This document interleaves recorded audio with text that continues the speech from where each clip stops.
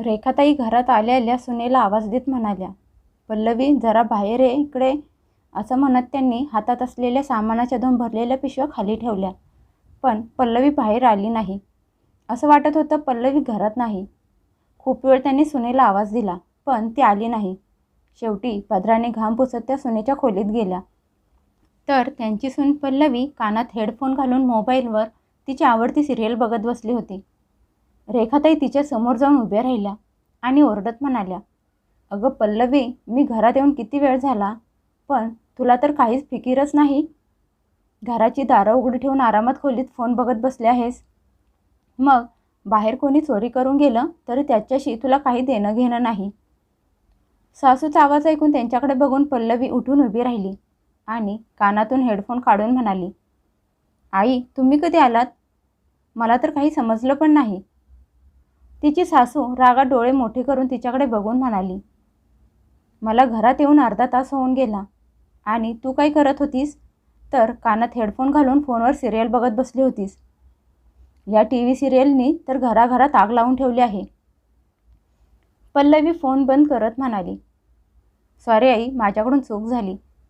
पण आई, मी तर बाहेरचं दार बंद केलं होतं. मग तुम्हाला ते उघडं कसं काय भेटलं? तिची सासू म्हणाली, अच्छा, त्याला दार बंद करणं म्हणतात का?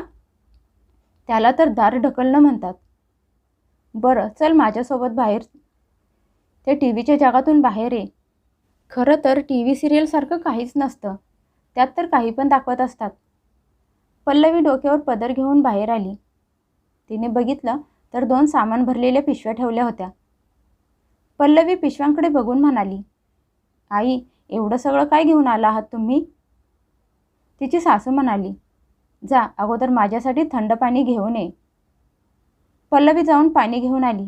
मग तिची सासू म्हणाली, मी माझ्या मुलीच्या, जावयाच्या आणि तिच्या सासूच्या आवडीच्या भाज्या घेऊन आली आहे. आज संध्याकाळी ते लोक आपल्या घरी जेवायला येणार आहेत. त्यामुळे तुला त्यांच्या आवडीचं जेवण बनवायचं आहे. त्यासोबत खीर बनव आणि आणलेला सगळा सुका मेवा घाल. कंजूसपणा करू नकोस. पल्लवी म्हणाली, पण आई, फक्त 4 लोक तर येत आहेत. मग त्यांच्यासाठी एवढे पदार्थ बनवायचे का? तिची सासू हसून म्हणाली, अरे का नाही? माझ्या मुलीची सासू रोज रोज तर आपल्या घरी जेवायला येत नाही. आज ते सगळे लोक येत आहेत. मग त्यांच्यासाठी बनवायला हवं ना? पल्लवी थोडा वेळ विचार करून म्हणाली, मग आई, आपण असं करू, जर सगळेच येणार आहेत तर ताईंच्या नंदेला पण आपल्या घरी जेवायला बोलवू. पाणी पिता पिता तिची सासू म्हणाली, नको नको, तिच्याच लग्नाचं तर निमंत्रण द्यायला येत आहेत म्हणून ती येणार नाही. पल्लवी म्हणाली, ठीक आहे आई. असं म्हणत ती बाजाराच्या पिशव्या किचनमध्ये घेऊन गेली. तिची सासू जरा मोठ्या आवाजात म्हणाली, पल्लवी, आत्तापासून तयारी करायला घे, म्हणजे सगळं जेवण वेळेवर तयार करून होईल. नाहीतर तुला खूप हळूहळू काम करायची सवय आहे. मग पाहुण्यांच्या समोर काम करताना दिसशील आणि सगळ्यांना असंच वाटेल की तू सगळं काम करतेस आणि मी काहीच करत नाही. पल्लवी किचनमधून बाहेर डोकावून म्हणाली, आई, तसंही तुम्ही कुठे मला कामात काही मदत करता? मग सगळ्यांना दिसलं तर बरोबर दिसेल. तिची सासू रागात चिडून म्हणाली, गपगुमान तुझं काम करायला सुरुवात कर. आणि हो, त्या अगोदर मला 1 कप चहा बनवून दे. पल्लवीने सासूला चहा बनवून दिला आणि जेवण बनवायला सुरुवात केली. संध्याकाळी 7 वाजेपर्यंत तिचं सगळं जेवण बनवून तयार झालं होतं. तिने 3 प्रकारच्या भाज्या बनवल्या होत्या. त्यासोबत पुलाव, कोशिंबीर आणि पुऱ्या बनवल्या होत्या आणि गोडमध्ये खीर बनवली होती. तिच्या सासूने जसं बघितलं की पल्लवीचं जेवण बनवून तयार झालं आहे, त्यांनी तिला अजून 2 पदार्थ बनवायला सांगितले. पल्लवीने तिच्या सासूने जे जे सांगितलं होतं ते सगळं बनवलं होतं. दुपारपासून संध्याकाळपर्यंत पल्लवीने एकटीने सगळं जेवण बनवलं होतं. 8 वाजता तिची नणंद रागिनी, तिचा नवरा शरद, मुलगा आर्यन आणि तिची सासू घरी आली. त्यांना आलेलं बघून रेखाताई सुनेला म्हणाल्या, पल्लवी, जा सगळ्यांसाठी चहा घेऊन ये. सकाळपासून सासूंची ऑर्डर ऐकून ऐकून पल्लवी स्वतः कामवाली असल्याची फिलिंग यायला लागली होती. पल्लवीने तिच्या विचारांना बाजूला केलं आणि सगळ्यांसाठी चहा बिस्किट घेऊन आली. रागिणीची सासू बोलता बोलता रेखाताईंना टोमणा मारत म्हणाली, मला एक सांगा रेखाताई, तुम्ही तुमच्यासाठी एक गुणवान, संस्कारी, कामात निपुण असणारी सून घेऊन आलात, पण स्वतःच्या मुलीत तिच्यामधला एक गुण पण शिकवला नाही. माझ्या मुलाच्या लग्नाला 5 वर्ष झाली. माझा नातू 3 वर्षाचा झाला आहे. पण आजपर्यंत तुमच्या सुनेसारखं तुमची मुलगी घरातलं सगळं काम एकटी करू शकत नाही. रेखाताई हसून म्हणाल्या, अहो विहीनबाई, असं काहीच नाही. माझी मुलगी खूप हुशार, कामात निपुण आहे. घरातली सगळी कामं करते. असं होऊ शकतं ना की बाळ झाल्यानंतर जरा थकले असेल. बाळ झाल्यानंतर शरीरात खूप गोष्टींची कमी येतात, खूप बदल होतात. मुलीची सासू त्यांना थांबवत म्हणाली, 1 मिनिट रेखाताई, तुम्ही मला हे समजून सांगायचा प्रयत्न करू नका. मी पण 3 मुलांना जन्म दिला आहे. तरी पण घरातली सगळे काम मी एकटीच करत होते. मुलांना सांभाळत होते. माझी सासू बेडवर झोपून असायची. माझी साथ देणारं कोणी नव्हतं आणि नाही घरात कामवाली लावायची परमिशन होती. तुमच्या सुनेकडे बघा, जेव्हापासून आम्ही आलो आहोत तेव्हापासून ती कामात गुंतलेली आहे आणि एक ही तुमची मुलगी आहे. पाहुण्यांचं नाव घेतलं की तिचं अंग दुखायला लागतं. रेखाताई म्हणाल्या, अहो विहीनबाई, माझी सून फक्त तुम्हाला दाखवण्यासाठी हे सगळं करत आहे. तिने जे बनवलं आहे त्यातले अर्धे पदार्थ मी बनवले आहेत आणि पीठ पण मी मळून ठेवलं होतं. तेव्हा कुठे तिनं जेवण बनवलं आहे. सासूचं बोलणं ऐकून पल्लवीला खूप राग आला. तिने तिच्या मुठी आवळल्या. मनात म्हणाली, जर आज घरात पाहुणे नसते तर मी तुम्हाला याचं उत्तर दिलं असतं. सगळे गप्पा मारत बसले होते. तेवढ्यात त्यांचा मुलगा अमित घरी आला आणि फ्रेश होऊन पाहुण्यांच्या जवळ येऊन बसला. अमित घरी आल्यापासून पल्लवीला भेटला नाही. ते बघून पल्लवीने त्याला मेसेज करून किचनमध्ये बोलावून घेतलं. थोडा वेळ विचार करून अमित पल्लवीला भेटायला किचनमध्ये आला आणि म्हणाला, बोल पल्लवी, तुला काय बोलायचं आहे? पल्लवी मनातला राग नवऱ्यावर काढत म्हणाली, तुमची आई स्वतःला काय समजते? अमित चकित होऊन म्हणाला, काय झालं पल्लवी, तू माझ्यावर का जाळ काढत आहेस? असं काय केलं आहे माझ्या आईने? पल्लवी रागात डोळे मोठे करून म्हणाली, एवढं सगळं जेवण माझ्याकडून करून घेतलं, खीर बनवून घेतली आणि आत्ता पाहुण्यांच्या समोर बोलत आहेत. या सगळ्याची तयारी त्यांनी करून दिली होती, तेव्हा मी हे सगळं बनवलं आहे. म्हणजे याचा अर्थ काय? या घरात मला, माझ्या मेहनतीला काहीच किंमत नाही? असं म्हणत तिचे डोळे भरून आले. पल्लवी म्हणाली, दुपारपासून उभं राहून राहून माझे पाय आणि कंबर दुखायला लागले आहे. आईंनी मला 1 मिनिट पण बसून दिलं नाही. जेवण बनवलेली सगळी भांडी घासून घेतली आणि आत्ता जेवणानंतर परत तेवढीच भांडी घासायला पडणार आहेत. आणि एवढं सगळं करून सगळं श्रेय त्यांनी स्वतः घेतलं.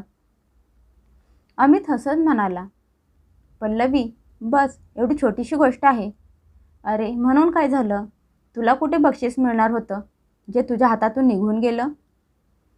पल्लवी रागात म्हणाली, तुम्हाला काय माहीत, स्वतः बनवलेल्या जेवणाची प्रशंसा ऐकणं कुठलं बक्षीस मिळण्यापेक्षा कमी नसतं. प्रत्येक वेळी तुम्हाला माझी चेष्टा करायला आवडतं. एवढं सगळं एकट्यानं करून जेव्हा एखादा बोलतो ना की या सगळ्यात मी मदत केली आहे, मग राग तर येणारच ना? अमित तिच्या खांद्यावर हात ठेवून म्हणाला, चल राग सोडून दे. आत्ता घरात पाहुणे आहेत, जेवायला वाढायला घे.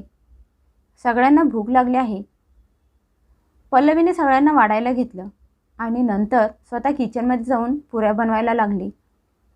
अमित पुऱ्या आणायला किचनमध्ये निघाला तर रागिनी म्हणाली, अरे दादा, तू तर वहिनीची मदत करायला लागला आहेस.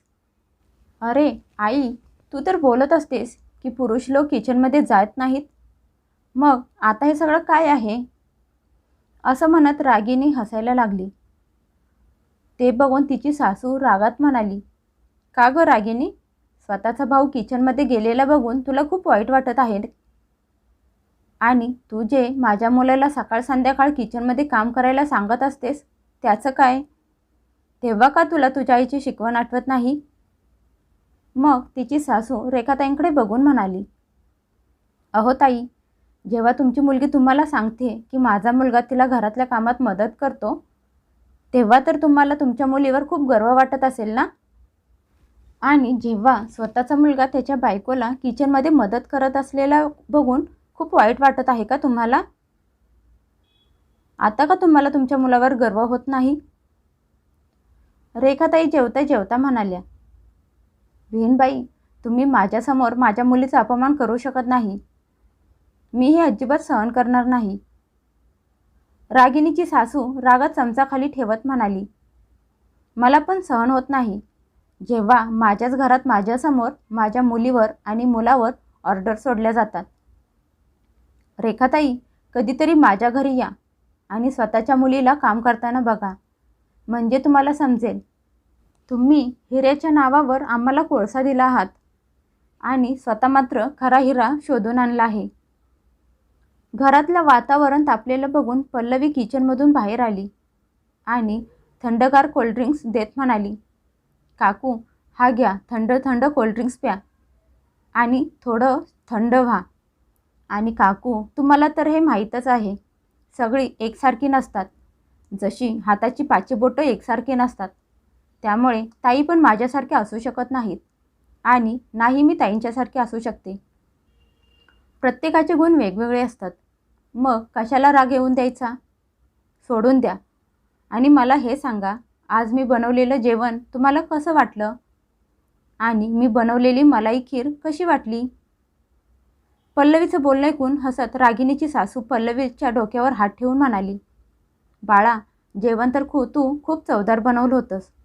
खरंच खूप छान जेवण करून माझा आत्मा तृप्त झाला.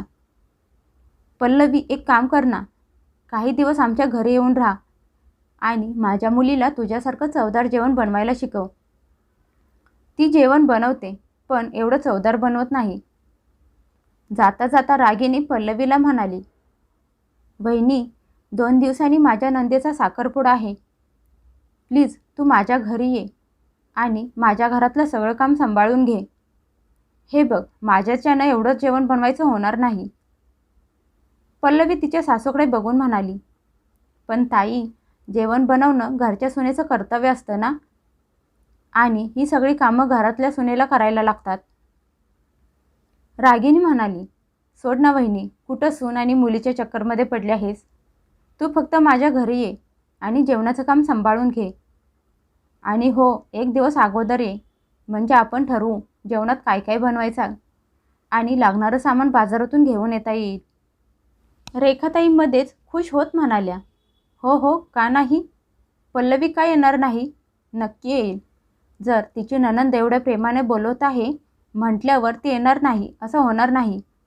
ती नक्की येईल बाळा, तू काळजी करू नकोस. पल्लवीला सगळ्यांच्या समोर नाईलाजाने होकार द्यायला लागला. सगळे गेल्यानंतर पल्लवी तिच्या सासूला म्हणाली, आई, मी का जाऊ ताईंच्या घरी काम करायला?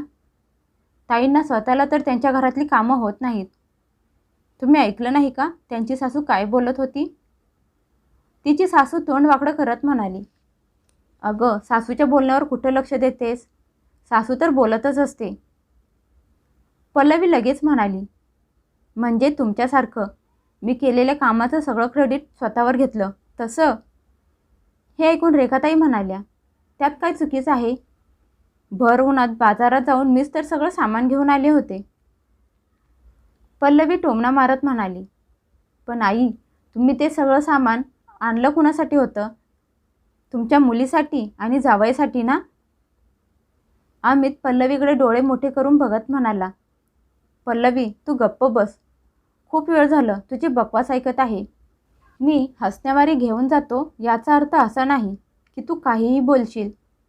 आणि सगळ्यात महत्त्वाची गोष्ट, उद्या तुला रागिण्याच्या घरी जायचं आहे आणि तिथे जाऊन सगळं काम सांभाळायचं आहे. पल्लवी नवऱ्याच्या नजरेला नजर देऊन म्हणाली, मी तिथे का म्हणून जायचं? अमित, मला एक पटेल असं कारण सांगा. अमित, तुम्हाला आठवतं 2 महिन्यांपूर्वी माझा गर्भपात झाला होता आणि आईंची तब्येत पण ठीक नव्हती. तेव्हा तुम्ही किती वेळा ताईंना बोलला होता की आपल्या घरी येऊन राहण्यासाठी, पण त्या आल्या नाहीत कारण त्यांना घरातली कामं होत नाहीत. जेव्हा माझी बहीण माझी मदत करायला आली, घरातली कामं करायला लागली, त्यानंतर तुमची बहीण येऊन इथे राहिली आणि उलट माझ्या बहिणीवर हुकूम सोडायला लागली. मग पल्लवी तिच्या सासूकडे बघून म्हणाली, आई, तेव्हा पण तुम्हाला तुमच्या मुलीची चूक दिसली नव्हती आणि आज पण तुम्हाला तुमच्या मुलीची चूक कधीच दिसणार नाही. बरोबर ना? चला ते पण सोडून द्या. जेव्हा ताईंच्या मुलाचा पहिला वाढदिवस होता तेव्हा मी या घरात नवीन नवीन लग्न करून आले होते. तेव्हा पण ताईंनी त्यांच्या घरातली कामं माझ्याकडून करून घेताना कसलीच लाज वाटली नाही. आपल्या लग्नानंतर त्यांच्या घरी जेवायला बोलावलं. तिथे जाऊन जेवण पण मीच बनवलं आणि परत घरी येताना एक साधी साडी माझ्या ओटीत घातली आणि आपण मात्र त्यांना चांगली महाग गिफ्ट देत असतो.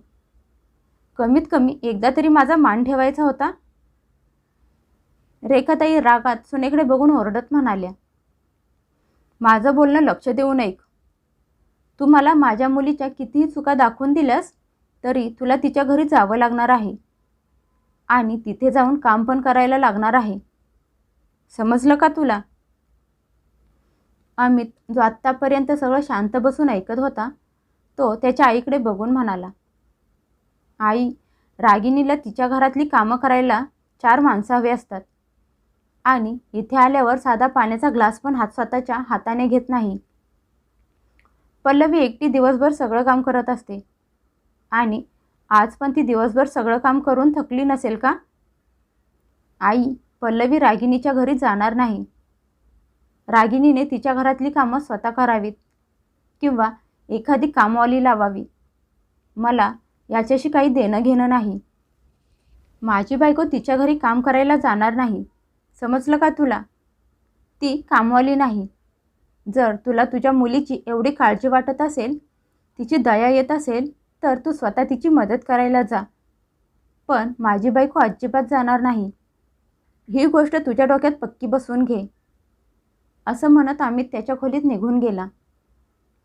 तो गेल्यानंतर रेखाताई ओरडत म्हणाल्या, हो, आता तुझ्या बायकोला माझी सेवा करायला पण आवडत नसेल.